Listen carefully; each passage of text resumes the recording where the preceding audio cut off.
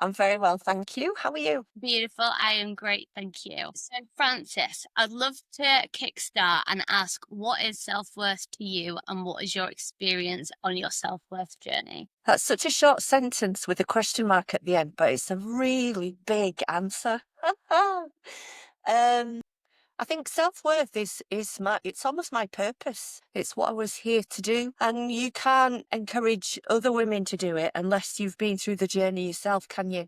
So self-worth it's about an inner knowing that you're enough, that you are not constantly seeking external approval, and that you know internally that here, well, for me, I know that I'm here for a bigger purpose than just me. Yeah. Beautiful. I don't know what other people's purpose are, but that's mine.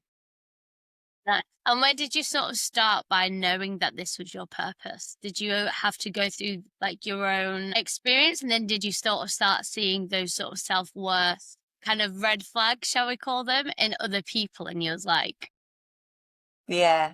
I want to make it a career out of Yeah. So, I guess a good place to sort of summarize this is from I've got a copy of my book. So it's called Diving Deep to Climb High. And it was in the process of writing this about 2 years ago that I realized it was everything is about self-worth. it. There's a big chunk of the book is about online dating.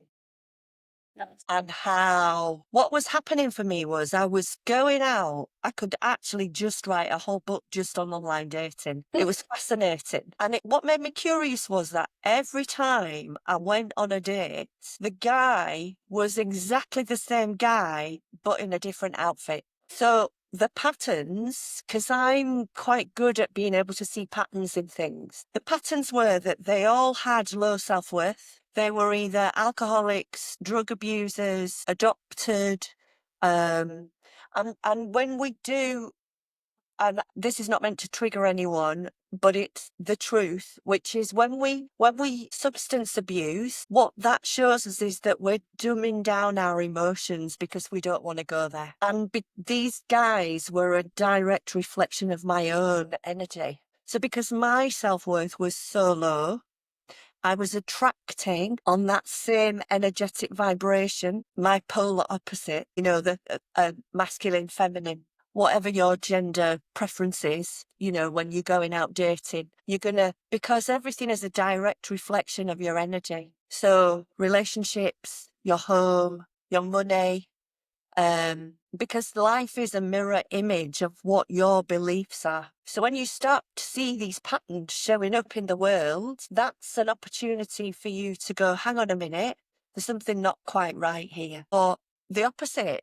life's amazing. And, I'm here and I'm having a ball. And in that case, then well done and fantastic for you. However, in my experience, most women in particular, which brings me to a really interesting fact. Did you know that over 80% of women are 80% more likely to have a like endometriosis, obviously because we're women, but things like psoriasis, a disease that I've forgotten the word, but a disease that stops us from stepping into our power. And it's because over the generations, our energy has been suppressed and suppressed and suppressed. And we've been taught to be a good girl. Who do you think you are? Stop being too bossy. Stop being too loud. Stop being too. And what we're doing is we're being taught to support masculine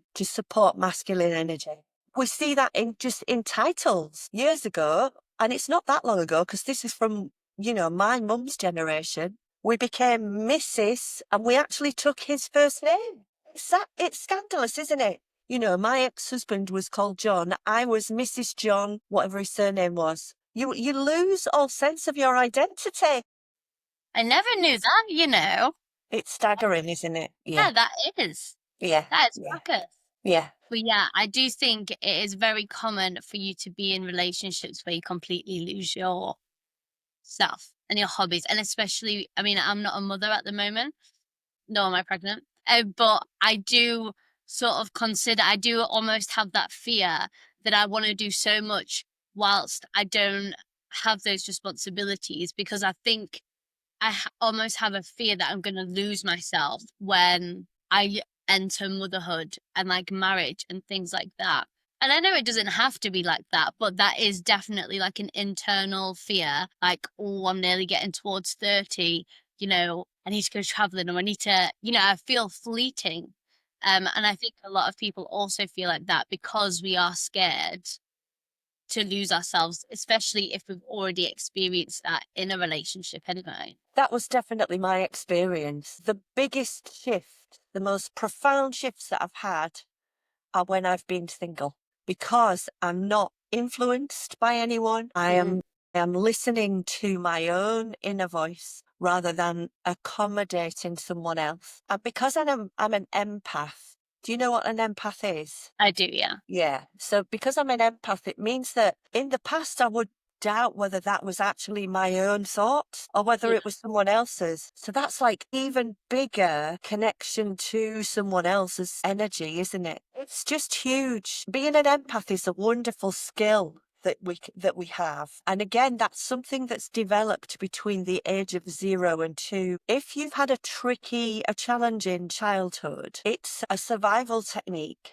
And it's something that, I'd let's say, almost class it as yeah, like non-verbal sort of that's trauma. right. Yeah, yeah, yeah. So you're picking up on cues from mum to see whether she's in a good mood or in a bad mood. If she's taking, because she's your. I mean, in most cases, she's your primary caregiver. So this empath quality is a beautiful quality to have. However, we need to know how to manage it in the best way, like protecting yourself. Bubble up, as my friend says, put up an energetic bubble around you so that you're not absorbing other people's energy. Do you do that without completely isolating yourself? Yeah, so it's an energetic field. We Yeah. have an aura that can go up to 20 feet out from where we are. We're basically spirit having a human experience. So it goes 20 feet out. So if you imagine going into a room full of people, and if you sense that there's someone who's feeling angry or sad, or because it's all about emotions, the way that you can do that is to just imagine yourself in a big bubble, an energetic bubble. I personally, I have a prayer that I say to Archangel Michael before I go into a busy environment that will help me to create like an energetic force field. Yeah. Would you mind sharing the prayer? No, I'll just need to find it. Here we go. I call forth Archangel Michael and the fifth dimensional tube of light.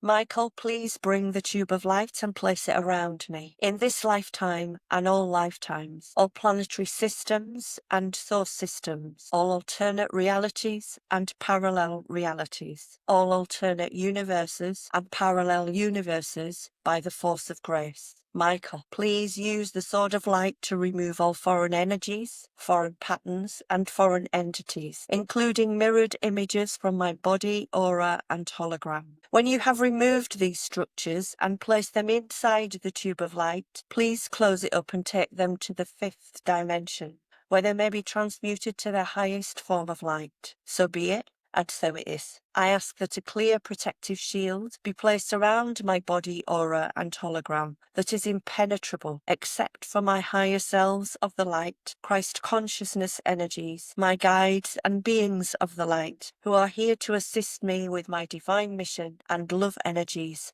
from all sources. Blessed be. Love that. I Thank really you. like the mirrored part as well. Yeah, yeah, I think yeah. that was really nice and really relates to what you was mentioning before with your online dating. I think that's lovely. And when somebody is feeling really overwhelmed and they have to like keep showing up to work, and let's say they work within a team of like 40, 50 people. Do you have any like strategies that you go to or that you've experienced? Um, you know, you said that you had the prayer before you'd go into those sort of environments. But in the moment, do you think there's anything more subtle that somebody could do if they're feeling overwhelmed or they've just got such a massive range of emotions going on and they can't identify it? Yeah, that's a really good question. Have you heard of the 4 agreements? I haven't, no. I use them a lot when I'm doing group work. So they're by a guy called Don Miguel Ruiz. I think he's Mexican, South American. And I'm going to try and do this from memory. But the first one is be impeccable with your word. Because, of course, if you're impeccable with your word, you know that you're doing your best. Just bearing in mind what we've just been talking about how everything is a mirror image of your own energy. So if you know that you're speaking your truth and it's not gossip or anything like that, then you know that your energy's clean. Always do your best is the next one. And we know that sometimes doing your best is just getting out of bed in the morning, isn't it? And other times you can be absolutely on fire and smash through that big long list. Be impeccable with your word. Always do your best. I can't remember the others. Put me on the spot a bit here. But basically, the 4 agreements are, if you're living your life in those 4 agreements, then you know you're in that pure energetic field, which means that if somebody's coming at you, didn't you, or we've all had those bosses, male or female, that are what I call distorted masculine energy. So they are perhaps narcissistic, or they are trying to claiming something to be their own when it might have been yours. We know, don't we, that work environment can be challenging. So when you're doing the best that you can with the tools that you've got, and you know that that's your truth, then that's the best way to live your life. I have actually, do you know what? I have a formula as well that I use a lot when we have to have tricky conversations with people. And this works with anyone, and bosses, particularly in the work world. And I call it the 3F formula. And there are no swear words in it. So the first one is, here are the facts. So the fact, and this is you, I encourage you to write it down on a piece of paper first, and practice it, or perhaps just get it all out of your system. Never have a heated debate with someone in the moment. Always walk away from it, calm down, and then go back to it the following day when you've had chance to reflect.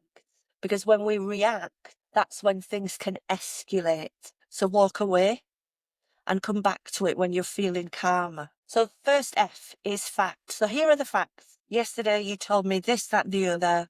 You made me do whatever the facts are, because nobody can deny the facts. And then the second F is feel. So this is how you made me feel. And it can be anxious, it can be upset, all the feels, whatever the emotions were that came up for you. Because again, nobody can deny how something made you feel. And we're all different. Somebody can be really robust and, appreciate someone being honest and sometimes quite abrupt. And yet others can be more sensitive, especially empaths. So we have to be mindful of the way that our words are impacting people. So that's the second one, how it made me feel. And then the third F is future. This is what I'd like to happen in the future. What you're doing is you're stripping all the emotion out of that conversation. You're saying, this is how I want you to treat me. You're telling them how they will get the best out of you. And most times, bullies in particular have had bullying done to them. They've got tricky stuff going on at home. They might have just been in a bad mood. For whatever reason, they're projecting their stuff onto you. And their stuff has got nothing to do with you. It's all to do their own. So it's a great formula to be able to use for any tricky conversation. I encourage you to try it and drop me a message and let me know how it worked, because it's fantastic. I've used it so many times. Nice. However, what if you are so self-aware of that those things have triggered you because of your own reasons, Mm-hmm. and you don't necessarily want to change them, Mm-hmm. and you don't really know how to consider the future, if that makes sense? It Because, does. like, how do I say in the future, I want you to not feel this way, or not imply that you'd like me to do X, Y, and Z? Or do you know what I mean? Like, how do you then define what I want you to do in the future if they denied what they did in the first place? Or it wasn't supposed to be interpreted that way? Have you got a specific example? I'm just thinking of like numerous examples where I've kind of said, if we don't speak about this, I know what I'm like, and I probably will start to just withdraw and then like disconnect from our friendship or relationship. But I would really like to have a conversation. And then if that conversation hasn't quite happened, I think it's quite hard to know how to respond with them, if that makes sense. But also when I was thinking about what I would actually say to them, I was thinking, I know what happened. I know why I disenjoy that. And I don't think it's necessarily a negative on them, because I think it's more of a negative on me, but also something I'm proud of. And it was more about them being very like dependent on me. Got you. But I Right. knew I had quite high interdependence. And they wasn't necessarily manipulating me or doing anything like that intentionally, I don't think. Mm-hmm. But I felt like I had to keep cutting conversations. And I mean, I feel like we're going quite narrow here, but Yeah, keep yeah, yeah. I understand. Right. I've got an answer for you, which I think is the right way to go. I have a phrase that I use a lot. I bet I use it 3 or 4 times a day. And it going at it. is, well, I have a few, but for this one, that it's everything happens for a reason. So let's say because you said something right at the beginning, which was, I'm paraphrasing, but you said something like, you know that it's your own stuff, and they've obviously triggered you in some way. Okay, so that shows, because if it doesn't flow, then there's a lesson in it for you where I'd encourage you to go deep, as with the title of my book. Look beneath the surface to see what that is teaching you. So, for example, I'm going to give you one of my own personal experiences. If we believe something at a cellular level, that belief will show up in our life over and over and over again. This week, I was in the car with a lady this week, and she told me that she'd had 6 car accidents. I'm like, what? That's a lot. I said, do you think that you manifested those? Because in my mind, I was like, why would somebody have 6 car accidents? And she was sitting in the passenger seat of my car, petrified. I need you to slow down. I need you to put 2 hands on the wheel. I'm like, this is not, this is not like real life. There's something going on here beneath the surface. And the reason I share this is because when we believe something, guess what? That's our reality, and that's how that shows up. So in the case of this, or a tricky person at work, or a really challenging conversation, it's all the same thing. It's patterns that keep coming up in our life. The best thing you can do is do your own internal inquiry on why that keeps showing up the way that it shows up. And I bet my bottom dollar that you have a belief around that. So let me give you some examples. This is pretty hardcore, but I'm going there. Money is simply energy. And I have a fascination with money. I've always had a fascination with it. It's actually my favourite subject. And it's not because I'm shallow, and it's not because I think that I need to be earning millions of pounds. It's because money is a direct reflection of our energy. So when there's too much month and not enough money, that tells me that I have low self-worth. Does that make sense?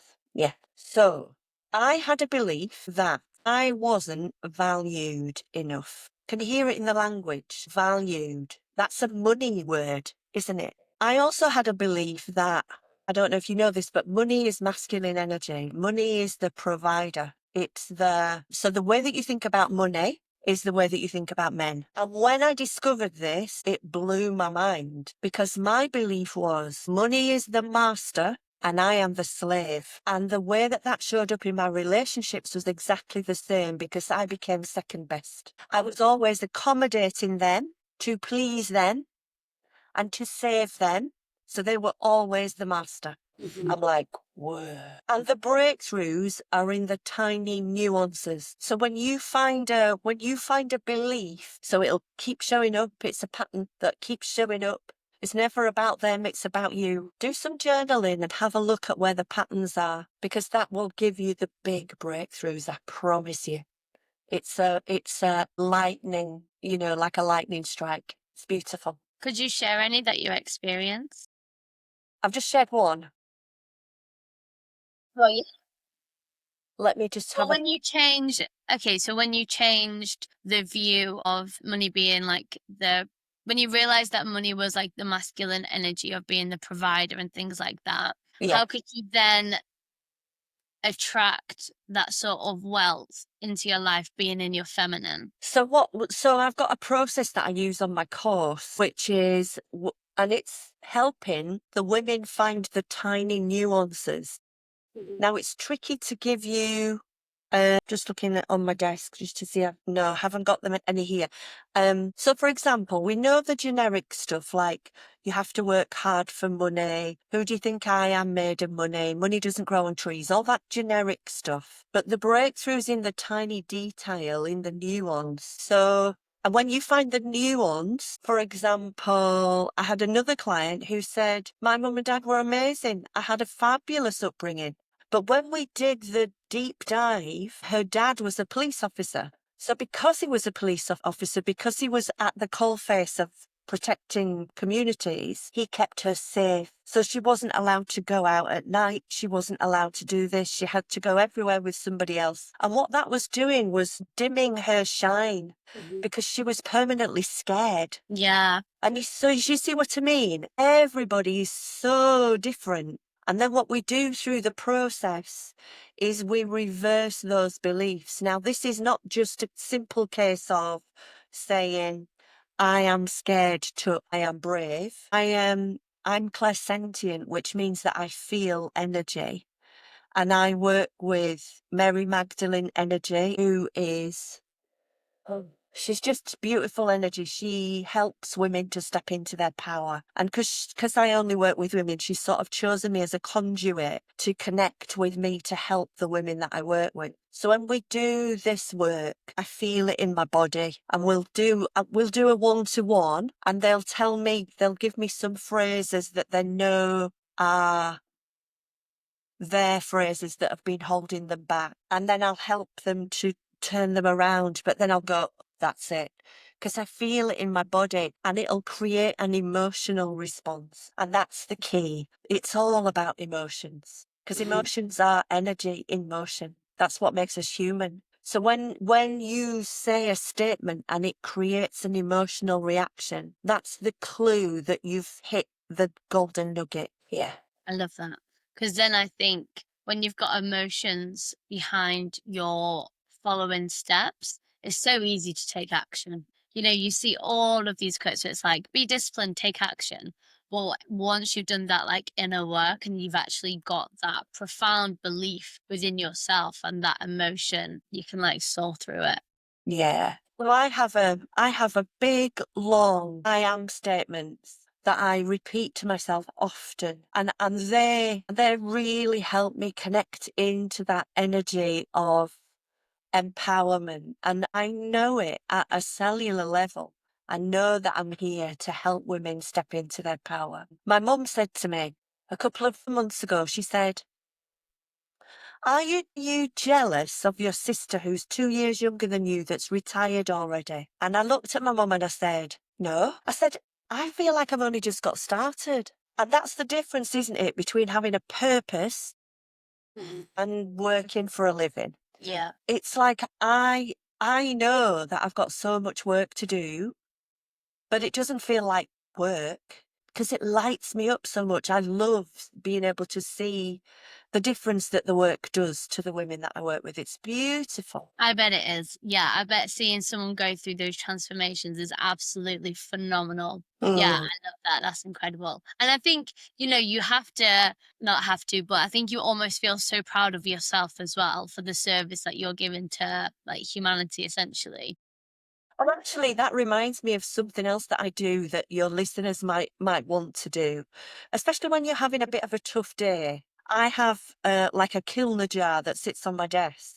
And when I get beautiful feedback from my clients, I write them on a post-it note and I put them in the jar. And if Yeah. I'm feeling a bit rubbish, I just get them out and I start reading them.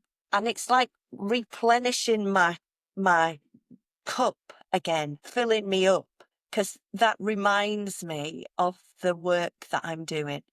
And it'll remind you of the difference that you're making, because we all make a difference to people's lives. And it might simply be just smiling at someone in the supermarket or making somebody a cup of coffee or bringing them back a glass of water from the water fountain whilst they're at work. You know, those random acts of kindness are always the things, the little things that make people feel like they're seen and heard, aren't they? Yeah, for sure. And that's pretty much all every human being wants at the core. They want to be seen, Totally. loved, and feeling safe. Absolutely. Stepping into courageous moves, I guess, to get pride and stuff. But yeah, that was so beautiful. I think we've like delved into like so many different aspects. With your coaching, have you ever felt so much emotions through your clients that you've ever had to like stop for yourself or ever had to like really try and recharge? Or is it because it's such a soulful purpose? Are you able to kind of like not step up, but you're able to sort of put that aside and like keep working through it? You ask such fantastic questions. You. Well, I'm just imagining. I guess I'm just trying to like imagine what your like experiences is with your clients Yeah, and yeah, phenomenal, business that you have, which I think is yeah. exceptional. So because I'm an empath and Hmm. because I practice something called soul psychology, which means their soul connects to my soul. So I get all the feels when I'm working with them. There are so many times when I permanently have box tissues on my desk because, well, when they're crying, they're releasing the blocked emotion. So Yeah, that for me, I'm probably one of the few people that feels good when someone's crying because I know that it's working. yeah, for sure. Yeah, yeah. Yeah, I've forgotten what you asked me, but yeah, the emotional part of the job that I do is a big chunk of the work that I do.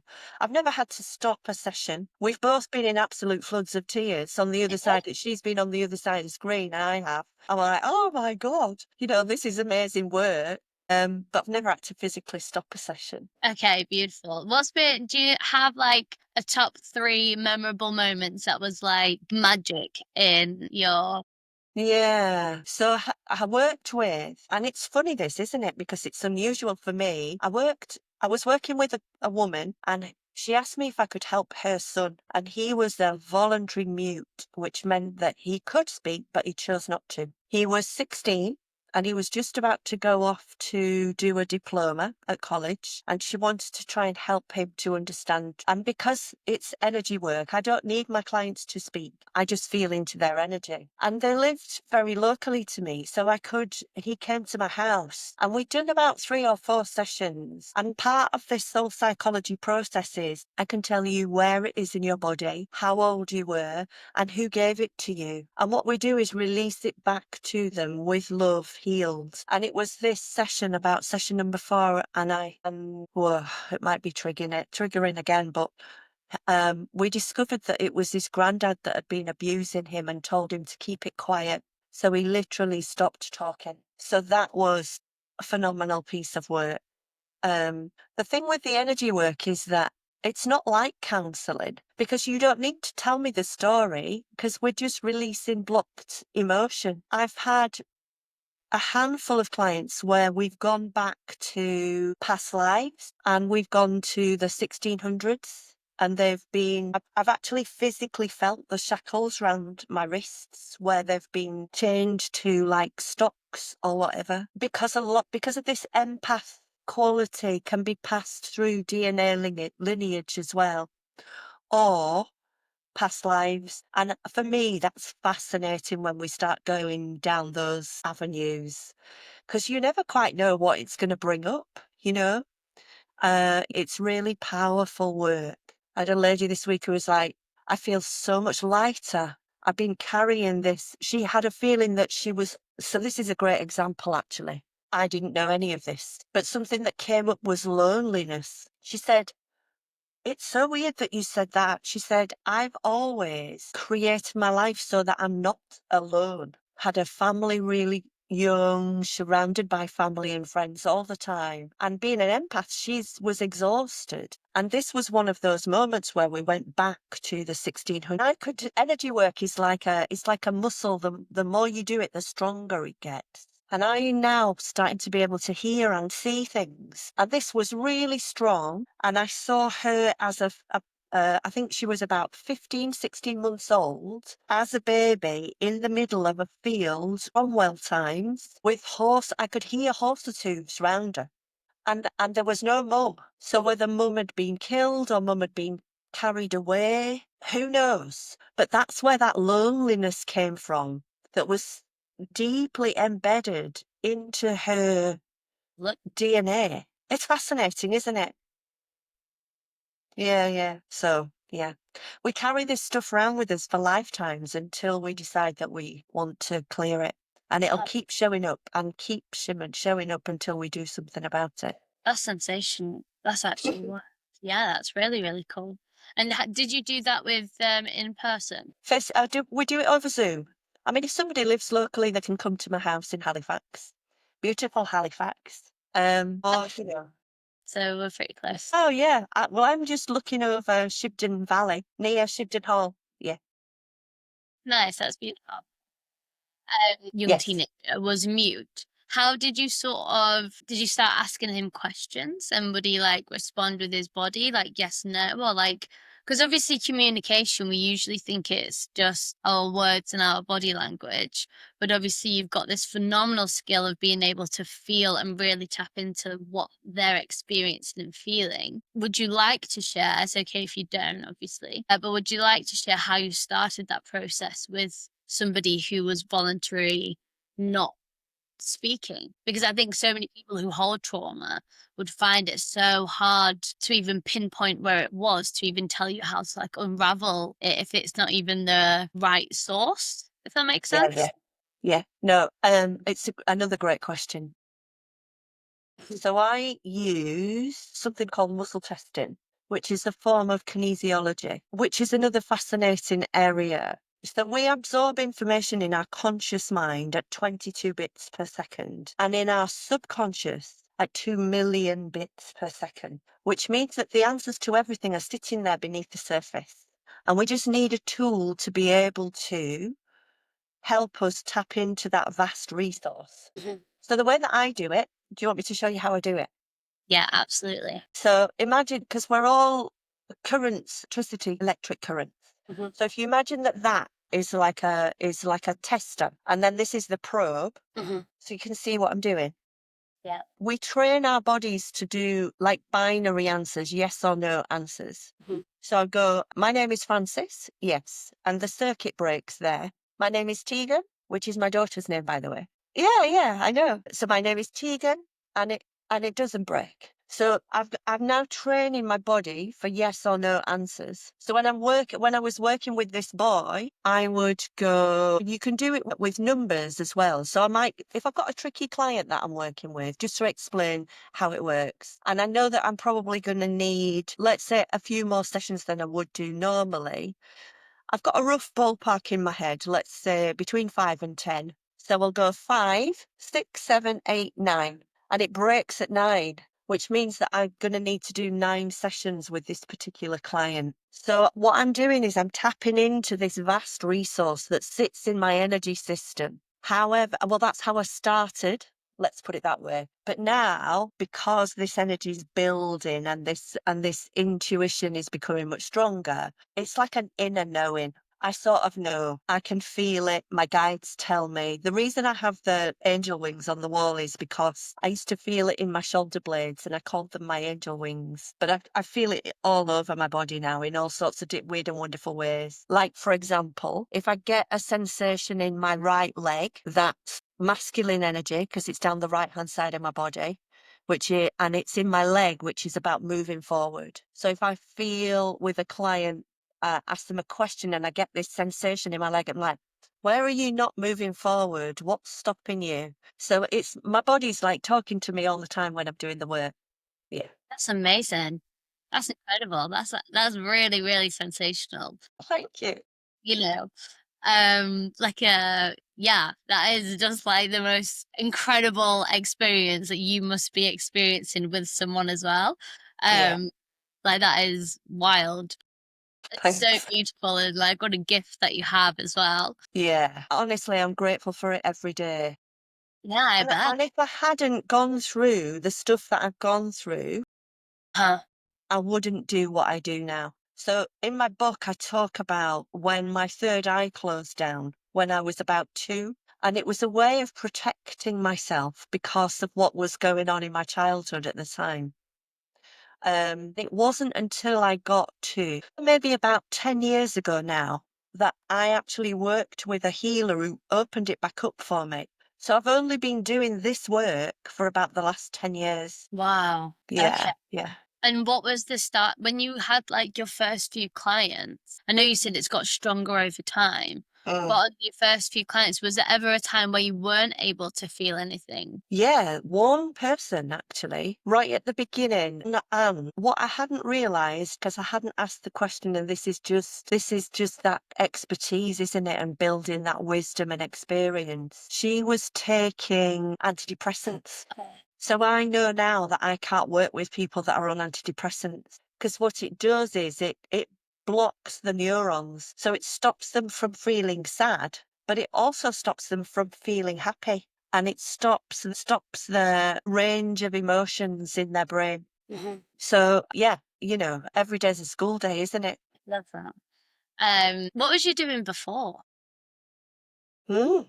Yeah, another great question. So I used to run something called Bird Board. I've done two big things. Self-employed. I've been self-employed for about 25 years. Before I was self-employed, I was marketing manager at Leeds College of Art. I loved that job, surrounded by wonderful creatives. Then I started a marketing agency called Marketing Doctor, and I did that for about 5 years. That was exhausting, but it taught me lots of business skills. And in the process of running Marketing Doctor, I set up something called Bird Board, which is women business owners at board level. And it was phenomenal. It was 150 members across the M62 corridor.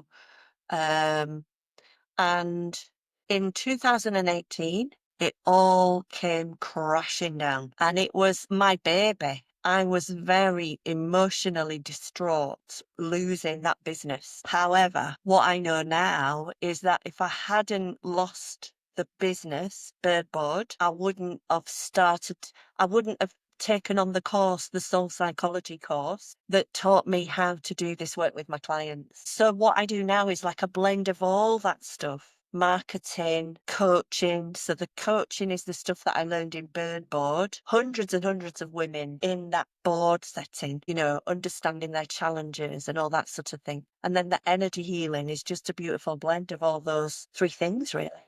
Yeah, and massively developed like your own sort of skill and sense of essence within that. That's phenomenal. Did you Hmm. ever, when you was working with your students in Leeds, did you ever like feel their emotions like through their art and like their expression all the time? Totally. It was my favourite thing to do. I used to Nice. do like a guest expert slot in the advertising course, talking about marketing. Oh, yeah. Yeah, yeah.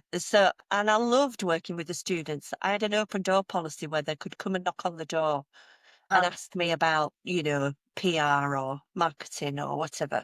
And there was one girl in particular, she was amazing. Her name was Mary Benson. And you could tell that she was going to be really successful. She was on the fashion design course. And she was the one that was always there past 5 o'clock on a Friday tea time, even as a student, beavering away on a sewing machine. She had such gorgeous energy. And if you check her out now, she creates gorgeous stuff for celebrities and, yeah, so talented and such a beautiful soul. You could really feel her energy. It's like I knew that I had this gift, but I didn't have like a label that I could put on it to understand it. Yeah, yeah. Yeah, because I think it's always seen as like such a negative thing to like label yourself or like define yourself. But I don't think it is. I think once you can identify something and then you like go on the internet and there's like masses of research on that thing, I think it's phenomenal. I Totally. think it's one of the most helpful things. I agree. Yeah. I believe that everyone has a gift and everyone has a medicine. Your gift is what makes you uniquely you. And your medicine is how you share it with the world. And everybody is different. We could have 10 photographers in the room, and every one of them would take photographs in a different way because it all, through that lens, it goes through their energy about the way that they edit the photos, the way that they take it. Everyone is different, unique and beautiful in their own gorgeous way. Yeah. Absolutely, I completely agree. That's beautiful. How old's your daughter at the moment? My daughter is just about to give birth to daughter number 2. Wow, Yeah. And beautiful. she is, goodness, let me just think about this. She is 32. Yeah. Wow, love that. Okay. Do you give when she was in her 20s, Yeah. there any common advice that kept showing up that you kept have to sort of repeating? It's the usual stuff, really. Because, of course, when she was in her 20s, I wasn't where I am now. Yeah. So it's about when we're in that. I wish I'd known me when I was in my 20s. I wish I'd had this head when I was in my 20s because I would have done my life so much differently. I Mhm. didn't really, and I think it's part of that exploration, isn't it? Of really understanding who you are as a person. I think it's particularly challenging as a woman in your 20s and 30s now because we've got this extra layer of visibility on social media and all this and things like porn channels and all that sort of thing too. I just think, wow. I think the key to it, and I know it sounds a bit shallow, and it's probably been said 1,000 times, is be authentic and be yourself. It can be really tricky, especially when there's peer pressure and the celebrity status and all that stuff. When find the people who build you up. If they're not building you up, they're not your tribe. If you feel deflated when you've had a night out with the girls or when you've been round to your friends and they're constantly jibing at you for not being good enough, they're not your tribe. 'Cause I do think it's quite difficult to find your tribe, even Uh, though with social media, there's like online communities and stuff, which I think is great. But I also think like in person, just to find like your tribe, it is so difficult. So, so difficult. I think that, again, that's an experience thing, isn't it? Because you're still finding your own identity. It's like a sense of play, I believe, in your 20s and early 30s. Um, where you're discovering who you are. And sometimes the most insightful piece can be, actually, I'm not doing that again. That was shit. Yeah, for You sure. know? And other times it'd be like, oh my goodness, this just fills me up so much. I love it. I want to do more of this. So Mm, if you have, people talk about their gut instinct. yeah. So we have 5 brains. We have our head, our heart, our gut, and then 2 etheric brains that sit here in the ether. And people talk about listening to their gut instinct, but actually that's the wrong instinct to listen to. Let's say you have 2 paths to take. Mhm. What I encourage you to do is think about the one that brings you the most joy. Not about the money. It's not about who's down that path. Please don't go down the path of where your boyfriend is. Follow the one that brings you the most joy because that's the one that will take you to the right place. And what if they can't really figure out what that joy is because it's so uncertain, like they don't really know. Let's say you get 2 job offers. One Yeah. is like double in salary and it's got a car and you might be doing sales calls and you think not sure. And one could be being a dancer on a cruise ship. You would almost automatically think being a dancer on a cruise ship is probably going to be more fun, more energetic, and more amazing. Not like the crap pay, the crap sleeping arrangements. You're kind of there because I think you can see freedom in so much of both. So it's like, how do you weigh up the joy unless you've experienced? So the answer to that is the one that brings you the most joy. So if the dancing fills you up and makes you feel alive, Yeah. that's the path to follow. And Mhm, and the problem is that we follow the money route so many times because mhm, how do you know who's going to be on that cruise ship? There might be some amazing guy that's from the West End of London looking for the next person to fill that slot for the mhm. next musical, and that might be your big break. You don't know. And the other thing is, even if you don't get a big break, you will have had the time of your life, and it doesn't feel like work. when you are doing stuff that fills you with joy. Look at me and my sister. Mm. You know, I'm 61 years old and I'm having the time of my life. I do what I love and it doesn't feel like work. That's beautiful. Nice. Was it ever scary at all at like 50 decide to take your life in a completely different direction? Like, did you have any fear come up? Oh, Or was it just like, totally. Yeah, because you have to start right from scratch all over again. And believe me, I've done that loads of times. especially because you're sort of kind of almost grieving from your previous business with the Totally. I lost my confidence so much that I ended up going to the other side of the Pennines, going to Lancashire to do networking when I started this new business because I was so scared of what the women in Yorkshire would think of me because of the business folding. It took me a long time to build my confidence back up again, how but did you I'm back start? now. Yeah, you are. Yeah. Did you start building your confidence back up? Was it just pure resilience, keep showing up and speaking to other people? Yeah, it's that, as Tony Robbins says, feel the fear, do it anyway. Just keep going, one day at a time. You know, baby steps, pushing yourself, pushing yourself, pushing yourself. Like, oh, what if this happens? What if that happens? Yeah, but what if it doesn't? What if Mm. it doesn't? It's like being your own little cheerleader. Come on, you've got this. You can do this. Yeah, amazing. And that circles back so beautifully to what we was talking about before with your affirmations and stuff that you say. I think they're really important. Just, I feel like it's like almost like personal development 101. The most easiest starting point is to notice your self talk and like eliminate all self deprecating things. Yeah. And it's tricky. It can be tricky to hear yourself because we've had this programming running through our lives, all our lives. Hmm. So the easiest way to pick it up is when you use words like I'm just that word Mm. just, in my opinion, needs deleting from the dictionary completely. I Because you're will not make it my just, vow to you today that I will stop saying just because I always do it. do you? Yeah. But I completely agree. From today, I'm going to intentionally try to, well, I'm not going to try, I'm going to just eliminate that from my vocabulary. Yeah. Woohoo! Awesome. Well, Francis, I think this has been a phenomenal call. I agree. Thank you so much. It's been amazing. Thank you so much. I've learned, I feel like I've just had like a masterclass in like energy. No one. It's been phenomenal. Where can, if somebody wants to work with you, as we already know that you are in Halifax, Mhm. yay for all of us that are local to us, how can somebody start working with you today if they wanted to? So you can find me on all those social media channels. Drop me a DM Yeah, or go to my website, which is francis-day. beautiful.